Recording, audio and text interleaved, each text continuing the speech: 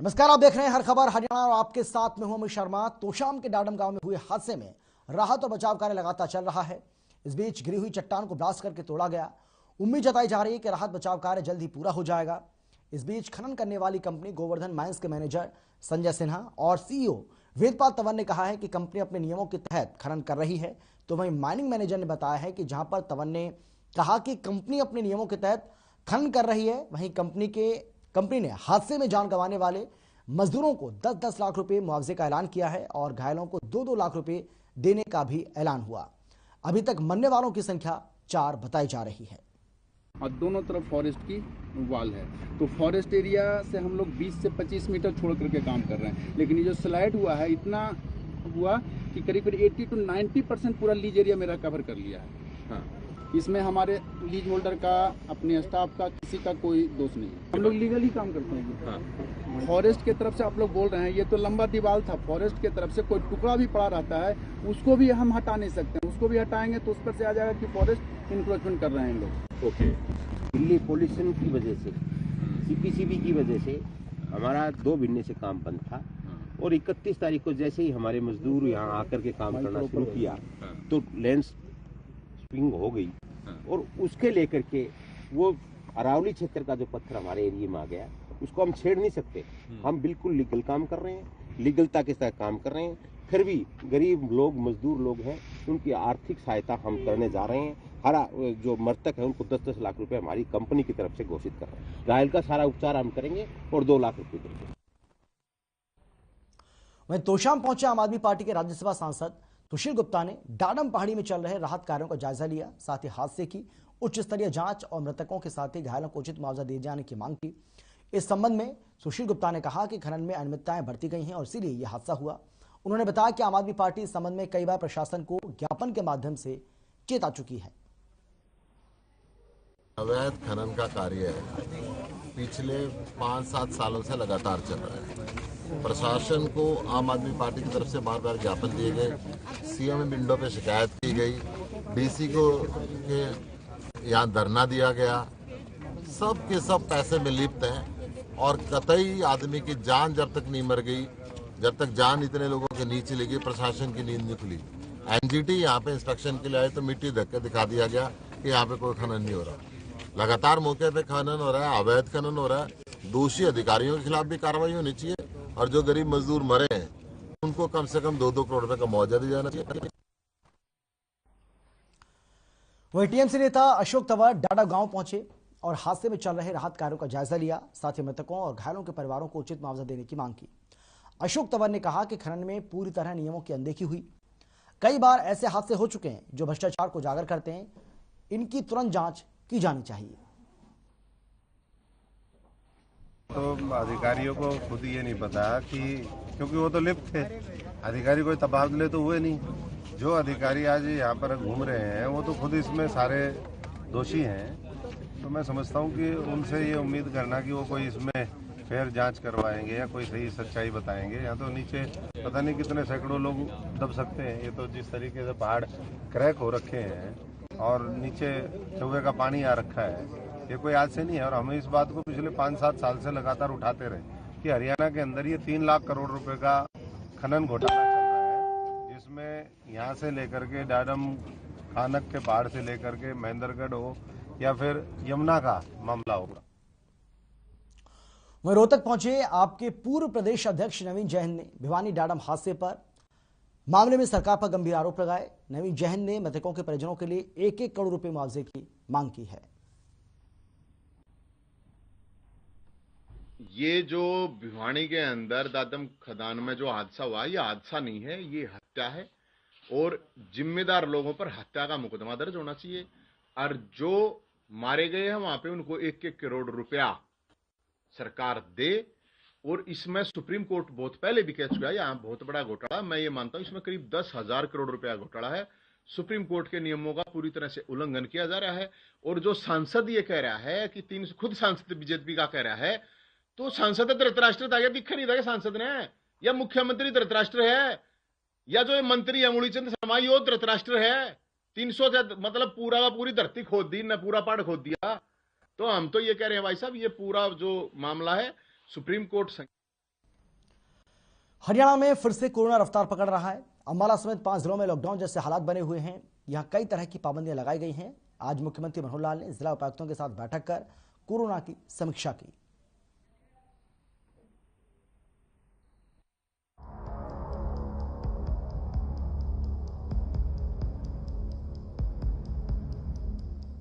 हरियाणा में कोरोना ने एक बार फिर से रफ्तार पकड़ ली है। यही वजह है कि मुख्यमंत्री मनोहर लाल ने प्रदेश के जिला उपायुक्तों के साथ बैठक की। मुख्यमंत्री मनोहर लाल ने सभी उपायुक्तों के साथ कोरोना की समीक्षा करते हुए उपायुक्तों को निर्देश देते हुए कहा कि कोरोना नियमों का सभी उपायुक्त सख्ती से पालन करवाएं। जिलों में ऑक्सीजन प्लांट, अस्पताल की समीक्षा करना सुनिश्चित करें। अन्य आवश्यक उपकरण की समीक्षा करना भी सुनिश्चित करें। विदेश से आने वाले यात्रियों की कड़ी निगरानी रखें। सार्वजनिक स्थलों पर वैक्सीन के दोनों डोज के बिना अनुमति ना दें।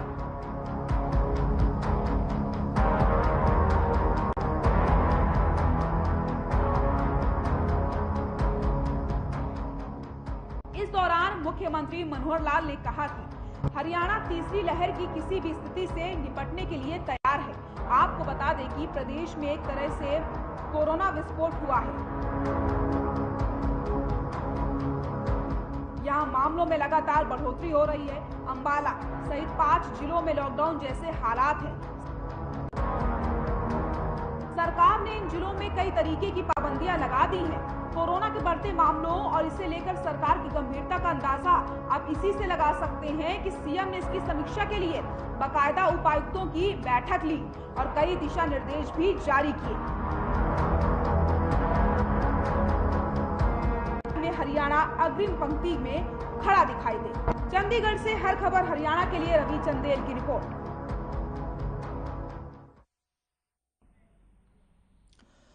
जहां अभी तक लोग कोरोना की दूसरी लहर से पूरी तरह से उभर भी नहीं पाए थे, वहीं अब लगता है कि देश प्रदेश में तीसरी लहर ने दस्तक दे दी है। आए दिन कोरोना के नए रूप ओमिक्रॉन के मामलों में लगातार बढ़ती देखने को मिल रही है। बच्चे, बुजुर्ग सभी इस महामारी की चपेट में आ रहे हैं। प्रदेश में सरकार महामारी से बचाव के लिए नए नए तरीके अपना रही है, साथ ही नई नई गाइडलाइंस भी जारी कर रही है, लेकिन फिर भी लोग न जाने क्यों लापरवाह नजर आ रहे हैं। एक रिपोर्ट आपको हम दिखाते हैं, देखिए। देश प्रदेश में ओमिक्रॉन का खतरा तेज होता जा रहा है। फिर एक बार लोगों का जीवन अस्त व्यस्त होता नजर आ रहा है। नए साल का आगाज भी पाबंदियों के बीच हुआ है। सरकार और प्रशासन भी अलर्ट दिख रहे हैं। हालांकि लोग अभी भी लापरवाह नजर आ रहे हैं। अगर हम बात गुरुग्राम की करें तो नए साल पर गुरुग्राम में लोग लापरवाह दिखे। नाइट कर्फ्यू के बावजूद लोग नशे में धुत होकर सड़कों पर घूमते नजर आए। वहीं बाजारों की बात करें तो बाजारों में लोगों की भीड़ का नजारा मेले में लगी भीड़ के जैसे दिखने को मिला। आप तस्वीरों में भी देख सकते हैं कि लोग कैसे कोरोना नियमों की धज्जियां उड़ा रहे हैं। देश में अब तक ओमिक्रॉन मरीजों की संख्या 1600 के पार पहुंच गई है। वहीं हरियाणा में भी कोरोना का नया वेरिएंट ओमिक्रॉन तेजी से अपने पांव पसार रहा है। बीते दिनों में कोरोना के मामलों में तेजी आई है, जिसके चलते हरियाणा के कई जिलों में लॉकडाउन जैसे हालात पैदा हो गए हैं।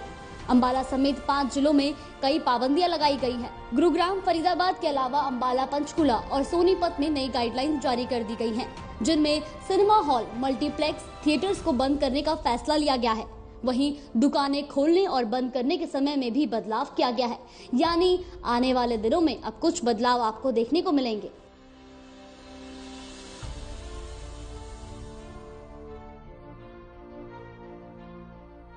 प्रदेश में बढ़ते मामलों को लेकर मुख्यमंत्री मनोहर लाल ने भी चंडीगढ़ सिविल सचिवालय में उच्च स्तरीय बैठक बुलाई। इसमें सभी डीसी, वरिष्ठ पुलिस अधिकारियों और कोविड नोडल अफसरों के साथ बैठक की और सभी को कड़े दिशा निर्देश दिए गए। उधर कांग्रेस के राज्यसभा सांसद दीपेंद्र हुड्डा फिर कोरोना की चपेट में आ गए। उन्होंने RT-PCR टेस्ट कराया था, जिसमें वो संक्रमित मिले। उन्होंने बीते दिनों संपर्क में आए सभी लोगों से कोविड टेस्ट कराने का आग्रह किया है।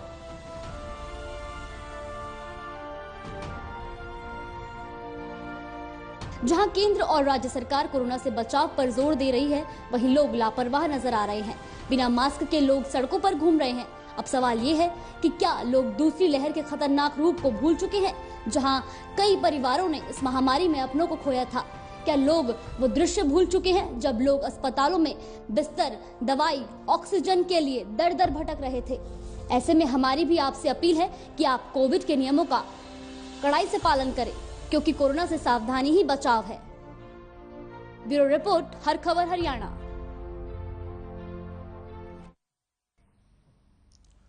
फरीदाबाद के सेक्टर 10 में सरकार के आदेशों का असर देखने को मिला। दुकानदारों ने सरकार के आदेशों के अनुसार शाम 5 बजे तक सभी दुकानें बंद कर दी। आपको बता दें कि ओमिक्रॉन के बढ़ते मामलों को लेकर सरकार और प्रशासन की ओर से आदेश जारी किए गए थे ताकि बढ़ते मामलों पर रोक लगाई जा सके। वहीं दुकानदारों का कहना है कि सरकार को समय सीमा 8 बजे तक करनी चाहिए, क्योंकि 5 से 8 तक खरीदारी सबसे ज्यादा होती है।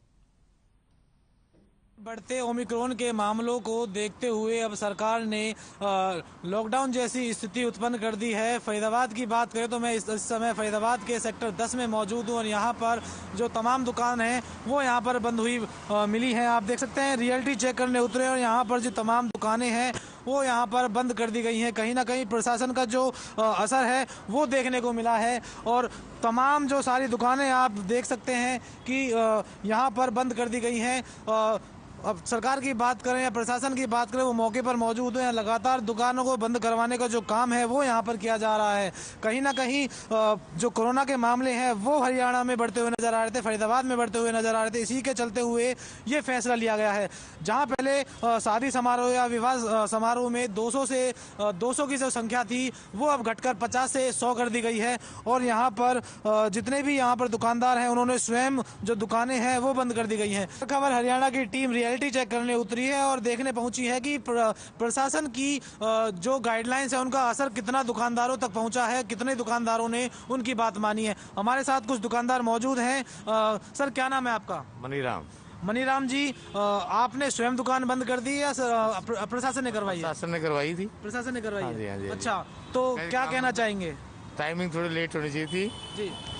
8 बजे तक तो टाइम देना चाहिए था उनको कम से कम। अच्छा, 8 बजे तक समय देना चाहिए था। 8 या 9, 8:30 तक तो देना चाहिए था। अच्छा, जल्दी 5 बजे तो बहुत कम टाइम होता है। 5 बजे तो छुट्टी होती, काम सारा मारा जाएगा। अच्छा, जो ग्राहक है वो किस समय आते हैं, किस समय ज्यादा खरीदारी होती है? 4-5 बजे के बाद ही चालू होते हैं ग्राहक। 5 से लेके 9 बजे तक रहते हैं, पर उनको 8:30 तक करना ही चाहिए था टाइम। तो सरकार का फैसला कैसा रहा आपके हिसाब से? वैसे तो गलती है मार्केट के हिसाब से। तो कैसे लोग रोटी रोजी खाएंगे, कमाएंगे, धंधा पानी कहाँ से आएगा, काम मजदूर कमाएंगे। तो इसको टाइमिंग थोड़ी बढ़ानी चाहिए इनको। तो वहीं दुकानदारों का कहना है कि टाइमिंग जो है वो बढ़ानी चाहिए। कहीं ना कहीं जो पीक समय है, जो ग्राहक जो है वो सामान खरीदने आते हैं तो वो 5 से लेकर 8 बजे तक खरीदने आते हैं। तो हम आपको बता दें कि रियलिटी चेक करने पर उतरे थे और यहाँ पर हमें सारी जो तमाम दुकानें हैं वो बंद पड़ी मिली। तो कहीं ना कहीं प्रशासन का जो असर है वो देखने को मिला। आपको बता दें कि फरीदाबाद में 83 जो नए मामले हैं वो सामने आए हैं और बीती रात जो है वो 107 नए मरीज आए थे, जिसके चलते फरीदाबाद में लॉकडाउन जैसी स्थिति उत्पन्न हो गई। कहीं ना कहीं अब अधिकारी और प्रशासन भी लोगों को समझाने में लगे हुए हैं, परंतु लोग जो हैं वो मास्क लगाते हुए नजर नहीं आते।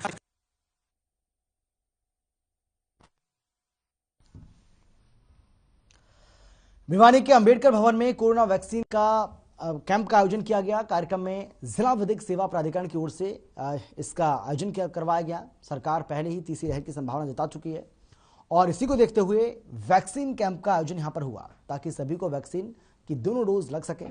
जिला विधिक सेवा प्राधिकरण की ओर से आयोजित इस कैंप में लगभग 200 लोगों ने वैक्सीन लगवाई।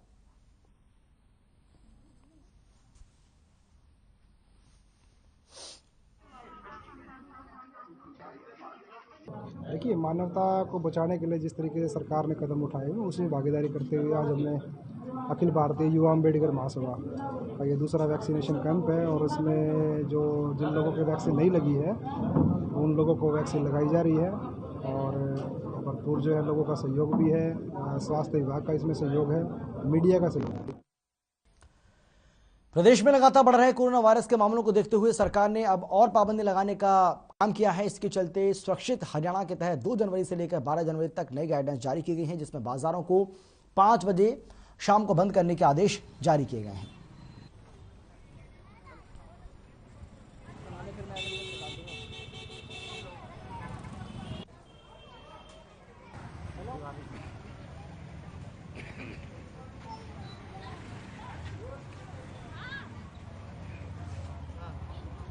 सारे नियमों का पालन कर रहे हैं और मास्क बिना लगाए किसी ग्राहक को एंट्री नहीं कर रहे और यहाँ जितने भी व्यापारी भाई हैं सारे ताज़ा कमाने वाले हैं और वो 5 बजे तक का समय सरकार दे रही है।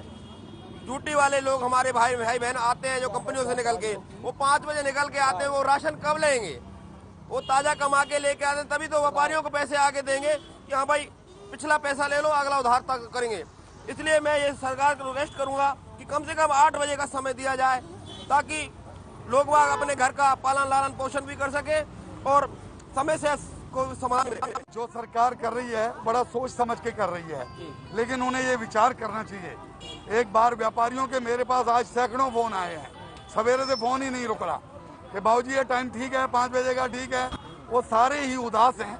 वो ये कह रहे हैं कि देखो रैली भी हो रही हैं, तो मंदिरों में भीड़ भी है, तो पार्टियां भी हो रही हैं, 100 आदमियों की पार्टी भी हो रही है। एक दुकानदार पर ये बोझ क्यों डाला जाए, जबकि वो सारे नॉर्म्स का पालन कर रहा है, खुद मास्क लगा रहा है, हाथ सैनिटाइजर की और रखे हुई है। कोई कस्टमर आएगा तो बिना मास्क के उसको सामान नहीं देंगे।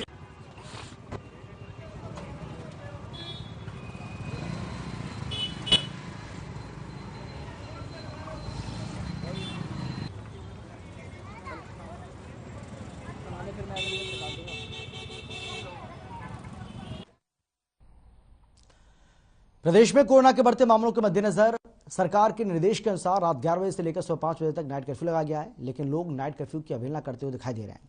और ऐसा एक मामला सिरसा का सामने आया है, जहां डब्बाली रोड पर मील रेस्टोरेंट नाइट कर्फ्यू में चल रहा था। सिविल लाइन थाना पुलिस ने मौके पर पहुंचकर रेस्टोरेंट को बंद करवाया और सख्त हिदायत भी दी।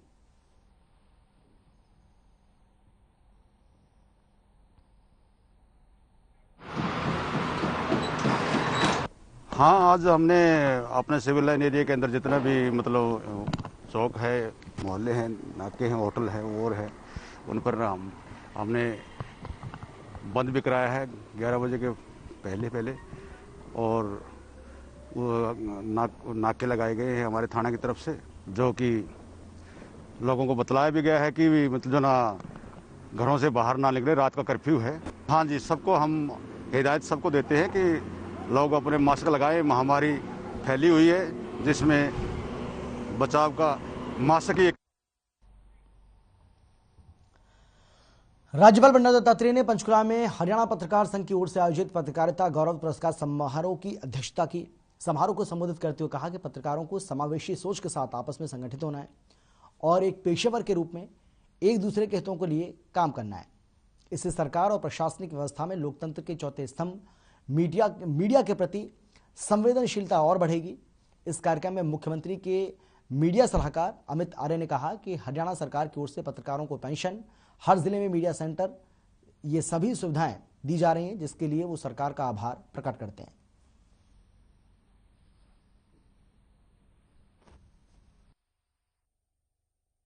पूरी स्वतंत्रता होना चाहिए, प्रेस को पूरी स्वतंत्रता रहे तो ही देश और सरकार अच्छा चलेगा।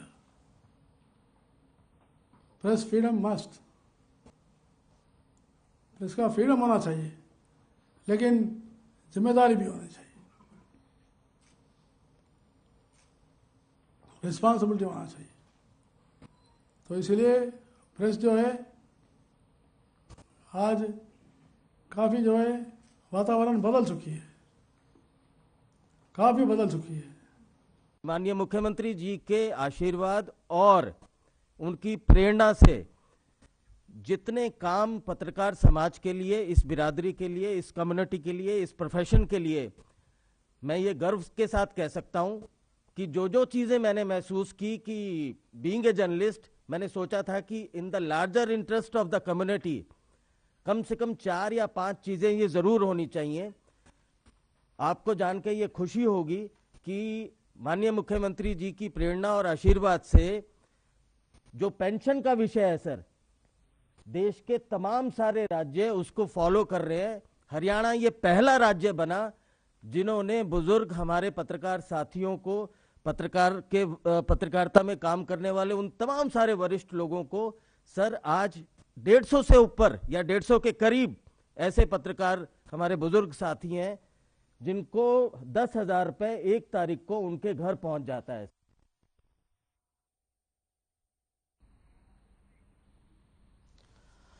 पानीपत सिविल अस्पताल की बड़ी लापरवाही सामने आई है, जहां महावीर कॉलोनी में प्रसव पीड़ा के बाद एक महिला एम्बुलेंस के लिए 3 घंटे तक इंतजार करती रही।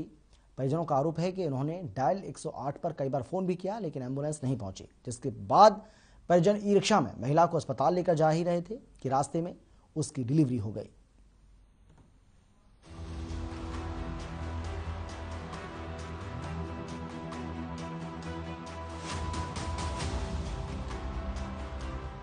पानीपत का सिविल अस्पताल अक्सर सुर्खियों में रहता है। एक बार फिर अपनी लापरवाही के चलते पानीपत का सिविल अस्पताल सुर्खियों में आ गया। दरअसल पानीपत की महावीर कॉलोनी में एक महिला को प्रसव पीड़ा हुई तो परिजनों ने कई बार 108 नंबर पर एम्बुलेंस बुलाने के लिए कॉल किया। परिजनों की माने तो कभी उनका फोन उठाया गया तो कभी फोन उठाकर साइड में रख दिया गया। करीब 2 घंटे तक उन्होंने एम्बुलेंस का इंतजार किया, लेकिन एम्बुलेंस नहीं पहुंची, जिसके बाद परिजन महिला को ई रिक्शा में बैठाकर सिविल अस्पताल के लिए निकले, लेकिन रास्ते में ही महिला की डिलीवरी हो गई। परिजनों ने समय पर एम्बुलेंस न पहुंचने पर सिविल अस्पताल पर लापरवाही का आरोप लगाया। परिजनों का कहना है कि इस लापरवाही के चलते महिला की जान भी जा सकती थी। एम्बुलेंस का फोन किया तो बोले कि फोन कर रहे हो, फोन रिसीव नहीं कर रहे हैं। मैंने भी 108 नंबर पे मिलाया था, फिर 112 पे भी मिलाया, मेरे से भी कोई फोन नहीं लगा जी। तो फिर मैं सोचा मेट्रो से लेके जाऊँ, मेट्रो से लेके आ रहा था, रास्ते में हो गई जी। क्या हुआ? डिलीवरी? हाँ, लड़की हुई है जी। रास्ते में? बोलो ना अपने मुंह से। जी, रास्ते में हुई जी। पेट में अचानक जोर से दर्द उठा, फिर उसके बाद क्या हमने एम्बुलेंस को तत्काल में फ़ोन किया, एम्बुलेंस का कोई रिस्पांस नहीं मिला। कम से कम हमने 5-7 बारी कॉल करी है उनको, एक बार भी कोई उठाता बीच में, फिर होल्ड करके रख देते हैं फ़ोन को। मतलब ये लापरवाही है सर, ऐसे इनकी वाइफ की जान भी जा सकती थी, और ये तो फिर लापरवाही वाला मामला है जी। हालांकि फिलहाल जच्चा और बच्चा दोनों स्वस्थ हैं, लेकिन पानीपत के सिविल अस्पताल की लापरवाही का ये कोई पहला मामला नहीं। इससे पहले भी समय पर एम्बुलेंस न पहुंचने से डिलीवरी अस्पताल के गेट पर ही हो गई थी, और अब रास्ते में ही एक महिला ने बच्चे को जन्म दिया। सवाल ये है कि आखिर इस लापरवाही का जिम्मेदार कौन है, क्योंकि डॉक्टर भी जांच के नाम पर सिर्फ मामले को दबाने की कोशिश में लगे रहते हैं। पानीपत से हर खबर हरियाणा के लिए प्रवीण भारद्वाज की रिपोर्ट। राज्यसभा सांसद सुभाष चंद्रा ने प्रेस कॉन्फ्रेंस कर बताया है कि सांसद आदर्श ग्राम योजना के तहत गोद लिए गए हिसार के 5 गांव सदलपुर, आदमपुर मंडी, खारा, बरवाला और किशनगढ़ में ग्राम स्वराज्य का सपना पूरा हो रहा है। ये 5 ग्राम पंचायतें राज्यसभा सांसद सुभाष चंद्रा ने 2016 में गोद ली थी, और इसके बाद सुभाष चंद्रा फाउंडेशन ने इन गांवों की सूरत को बदल दिया है। इन गांवों में स्वच्छ पेयजल, बेहतर स्वास्थ्य सुविधाएं, कृषि, खेल एवं शिक्षा के क्षेत्र में सुधार के लिए तमाम तरह के उपक्रम चलाए जा रहे हैं।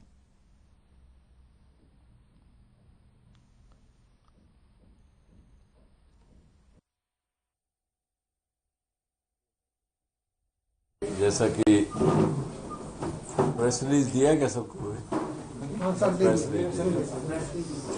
उसमें एक तो सबसे अच्छा काम हम लोगों ने जो पिछले 4-4.5 वर्षों में किया है, 2,70,000 गाँवों में से हमारे 5 गांव टॉप के 50 गांव में आ गए। पूरे भारत में 2,70,000 गाँव में से, और बल्कि मंडी आदमपुर तो 4 नंबर पे है, आदमपुर गांव 21 नंबर पर, और सदलपुर शायद 34 नंबर पर है। कितने ये मैंने सब इसमें लिखा है, उसकी वेबसाइट का भी रेफरेंस दिया है, उससे आप लोग देख भी सकते हैं। और मेरी आशा है कि इसको इस 2022 के अंत तक इन 5 गांवों को टॉप 20 में हम लाने का प्रयास करें। और इसी के साथ इस बुलेटिन में फिलहाल इतना ही। छोटे से ब्रेक के बाद फौरन लौटेंगे। आप देखते रहिए हर खबर हरियाणा।